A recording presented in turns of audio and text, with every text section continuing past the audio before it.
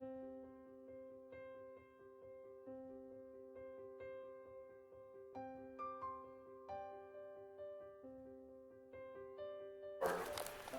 just for a disclaimer, we weren't passing a peace pipe around with my dad. So I was pretty accurate other than that. We're going to have my sister Brittany come up for a reading. Okay, so this is called The Life of Randy Lee Phillips. Randy was born in Littlefield, Texas on January 15, 1962 to Lloyd and Marcella Phillips, joining his two older brothers, Rodney and Danny. 10 years later, his little sister Linda came along.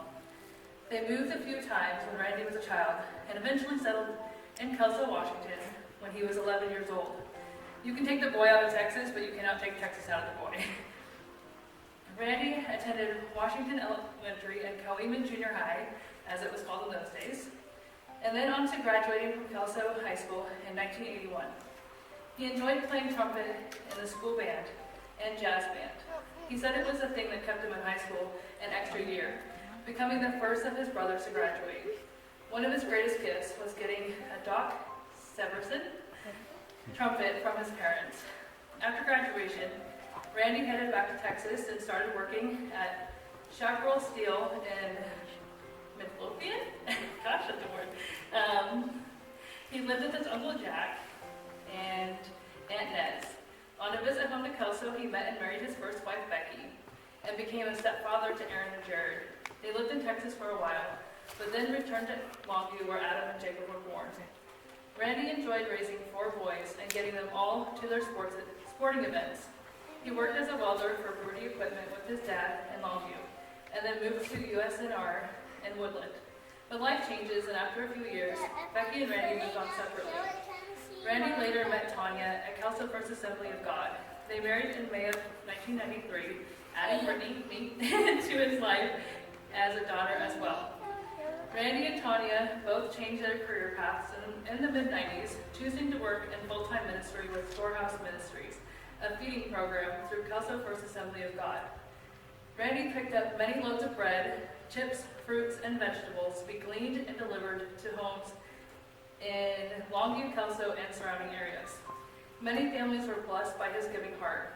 But again, life tends to things changed. Randy started working as a welder again, this time out of the Boilermakers 502 in Union Hall. He traveled to many parts of the country to work, including Alaska, and even settled the family temporarily in Klamath Falls, Oregon, Forsyth, Montana, and Crossville, Tennessee on different jobs. Life changed again, and after 15 years of marriage, Randy and Tanya also moved on from each other, sort of. He still hung around and was included in all of her family events and spent time with his grandsons. Even while divorced, Randy gave many thousands of dollars to the Guardian Friends nonprofit organization helping foster kids while Tanya was working with the Volunteer Guardian Ad Litem program in Lewis County. He didn't want any attention or recognition for it. Later, he also gave a significant amount of money to the Centralia College Foundation so that many ECAP families could have Christmas presents when she worked at the ECAP program there. Randy had a generous heart and especially liked to help kids and families in the local area. If you can be a thousandaire philanthropist, he was one. I bet you didn't know that about him. His last gift to mankind was donating his body to science, hoping that maybe someone else will have a cure and live their best life through its research. In 2016, Randy and Tanya went on a motorcycle trip to Arkansas and across many of the western states. A man with a Harley was too much for Tanya to resist. They soon reconnected officially as a couple again. They took their multi-state trip in 2017, but because of pending health issues, they never made their trip in 2018. What appeared to be an operable thyroid cancer for Randy that November turned out to be a rare, incurable, and aggressive form of cancer called anaplastic thyroid carcinoma. The consensus of more than a few doctors was that he had about 3 to 5 months to live. Randy chose not to hinder those months with the effects of chemo and radiation, and instead lived out his bucket list, including a trip to Washington, D.C., a brand new Harley, reconnecting with his cousins in Texas. Randy continued to amaze the doctors with clean CT scans and made a couple solo motorcycle trips to Texas in 2019 and 2020, defying the odds. In September of 2020, more than a year and a half after his original diagnosis, he had to have surgery to remove a tumor that had spread to his spine. But with the help of some very expensive trial drugs, free to him, he enjoyed another healthy year, remarried Tanya, bought the classic Harley of his dreams, and spent time with his children and grandchildren. If you didn't know it already, Randy was a big Trump fan. He himself said he was born in a wrong political area. He also loved sports and was an avid Cowboys fan, and the Seahawks coming at a close second. However, Tanya was able to switch him from being a Mariners fan from a Rangers fan. He is looking forward to becoming a Kraken fan as well. He especially enjoyed playing football and baseball with his kids and grandkids, and playing golf with Adam and Jacob. He spent his last days playing golf on the Xbox with them and his brother Rod and grandson Xander.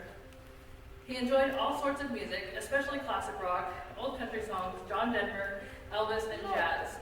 Thus, the song choices for today. Randy especially loved to ride his Harleys all over the country in the last few years with Tanya on the back or on his own. In December 2021, Randy found out that he had hit the end of his amazing extension of life. He handled it with dignity, strength, and love for his family. He tried to make peace where he needed to and looked forward to going to heaven and seeing his Lord and Savior, Jesus Christ. He would be the first to tell you he didn't always live his Christian life the way he should, but he would also tell you that God is merciful and takes us back to his shelter of forgiveness when we call out to him. On January 22nd, 2022, Randy went peacefully to be with the Lord, surrounded by his family. He joined those who preceded him in death, his mother, Marcella Phillips, and his brother, Danny Phillips. He is also catching up with his fathers-in-law, Wilbur Daly and David Chapman, his cousins Laura Ann and Eileen, and playing fetch with his golden retrievers, Autumn, Willie, and Dallas the first. He is survived at home by his wife, Tanya of Centralia, and his cat, Benson. It is debatable on who should be listed first. Son Adam and wife Alicia Phillips of Chehalis, daughter Brittany and husband David Laughlin of Cinnabar, son Jacob and wife Kelly of Vancouver, and 11 grandchildren between them. He is also survived by his father, Lloyd Phillips, brother Rodney Phillips, and sister Linda and husband Louis Forrester, all of Chehalis. Multiple nieces and nephews, cousins, and other relatives from Washington to Texas. Randy will be missed here on earth, but he specifically said for us not to be sad for him. He is waiting for us in heaven. And if there are Harleys there, we all know what Randy's doing now.